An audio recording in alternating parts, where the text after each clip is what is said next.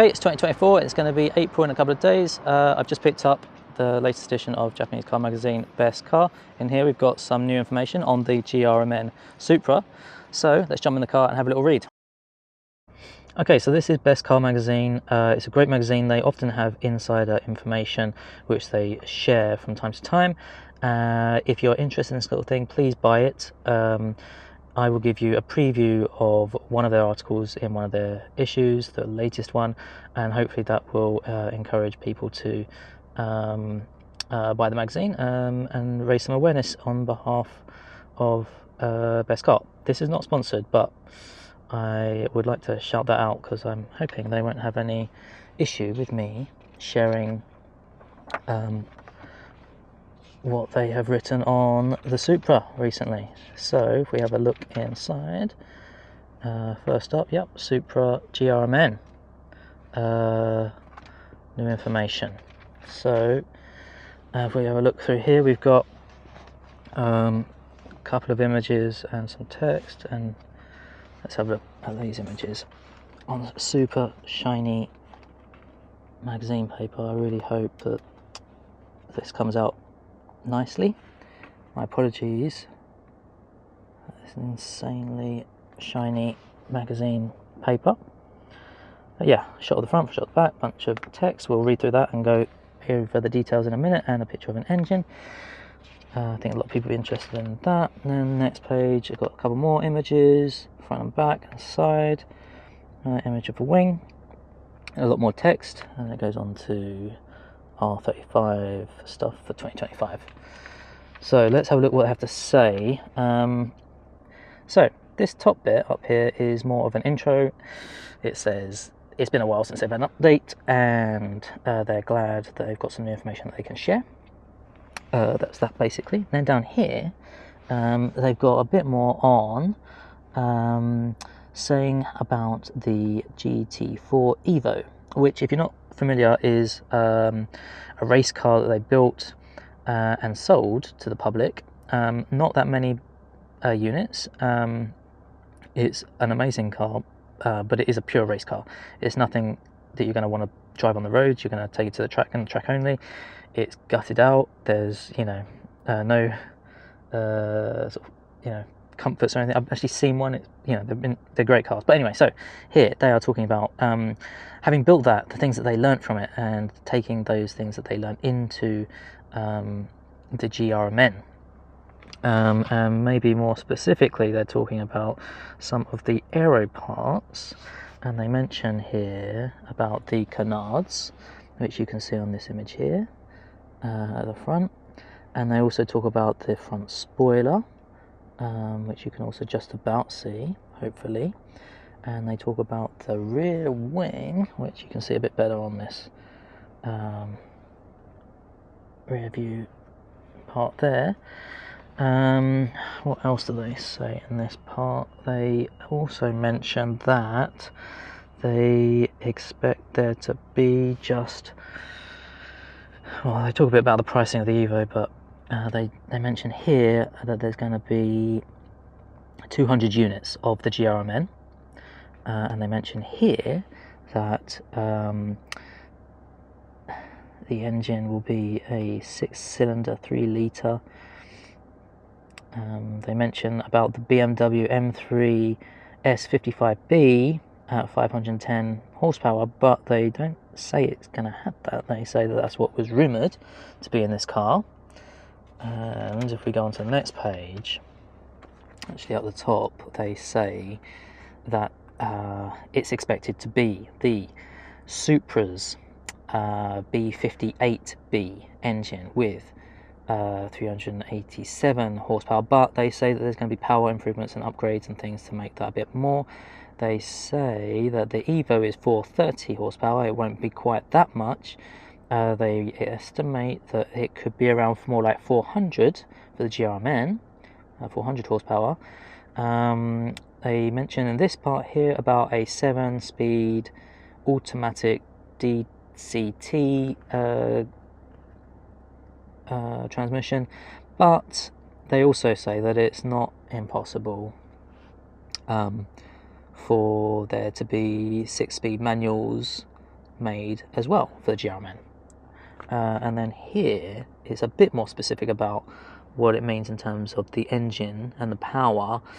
So they say, yeah, 6-cylinder, 3 litre, around 400 horsepower.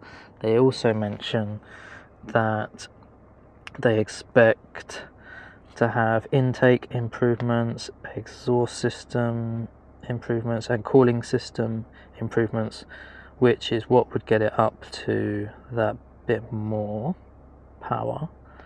So, okay, it looks like we're looking at the same engine, but with a few other updates. That's going to take some reflection to think about. I mean, a lot of people, they do their aftermarket updates on those kind of areas anyway, and a lot of people are really hoping to get that S58, but it seems very unlikely that that's the case. But don't shoot the messenger. Then what else have we got on this part here? It does talk about some other updates and things they're expecting. They're talking about it to be a bit more of a stable and rigid type structure, maybe to do with some welding parts, they actually say, and structural adhesive use and rear extension. It does say a little bit about adopting dedicated suspension and brakes. The brakes feature heat resistant drill discs with front 6-pot and rear 4-pot red painted calipers. Well, I mean, it's not bad, but it depends what your expectations were. What else does it say? It does talk a bit about some of the updates made in the previous update in terms of when they released the manuals, but they're talking here about some of the carbon materials used to try and reduce weight, and they talk about that front hood. I'm guessing that's probably where a lot of the weight reduction is going to come from, and they say here that we're looking at more something like 20 to 30 kilos of weight reduction through one way or another. But yeah, you can imagine that hood's going to be a lot of it. What else do they say? If we come down the bottom here, they're talking a bit more about the pricing expected, looking at between 12 and 13 million yen. You can do the calculations on that. If I've got time, I'll do some conversion on the screen. And again, they mentioned 200 units, if I can get on the camera somewhere, 200 units, but it says that is expected domestically. So it looks like 200 units, most likely for Japan only. So it's going to be a bit more tricky to get those outside of Japan, and then it's got a bit more on those kind of specs there, but yeah, it does mention that we're looking at probably end of the year for more updates and early next year for it kind of getting released. So there we go, that's the update. Okay, so having digested that, I think the major outstanding question is, the obvious question is, how solid is this information? How solid is the information that comes from this magazine? And let me share my perspective on that. So first of all, the information that we've heard around the GRMN Supra to date is very minimal. There is a lot of speculation, a lot of rumour, but actual solid information that's been released is next to zero. There is one really cool source, a kind of spy camera type thing, some guys filming development cars around the Nürburgring in Germany. So they, around the end of last year, around October-ish, they spotted a GR Supra. They've got some footage of it. The GR Supra there shows some camouflage panels, mainly around the back wing and around the front lip, which you can imagine, those would be areas for development.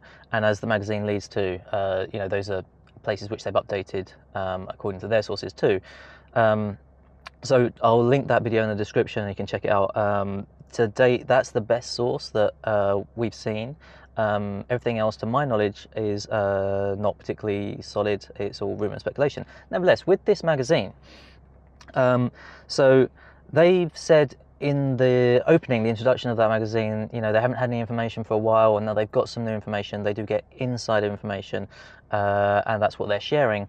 And it's not going to do them any favours to publish rumours which turn out to be inaccurate, because, you know, it's quite a long-standing magazine with a reputation, and they don't want to tarnish that reputation and basically ruin their whole business. So that's unlikely to publish information which they aren't quite confident about. That said, again, they lead to more information coming out at the end of this year, the end of 2024, and the card not actually being released till more like 2025, which goes with everything that we understand in terms of the contract with the factory and their plans. So that being said, you know, there's a bit of time before the release, and maybe things will change before then. Maybe, you know, from what the information that we have today is, maybe so that will be updated. But nevertheless, I think as of today, you know, that information is probably as solid as you're going to get, and yeah, we'll see how that develops.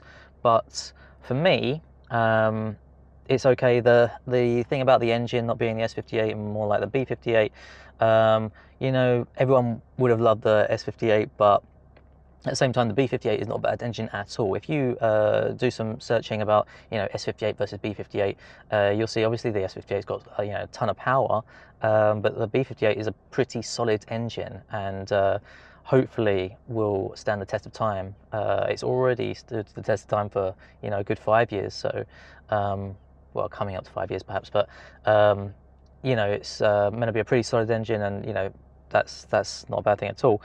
For me personally, I would have loved to have seen a handbrake in there, but again, that was another long shot, let's be honest. I don't think we're going to see that, but, you know, that would have been pretty cool. Nevertheless, yeah, that's the sort of thing we're looking at. It seems a quite similar approach to how they handled the GRMN Yaris.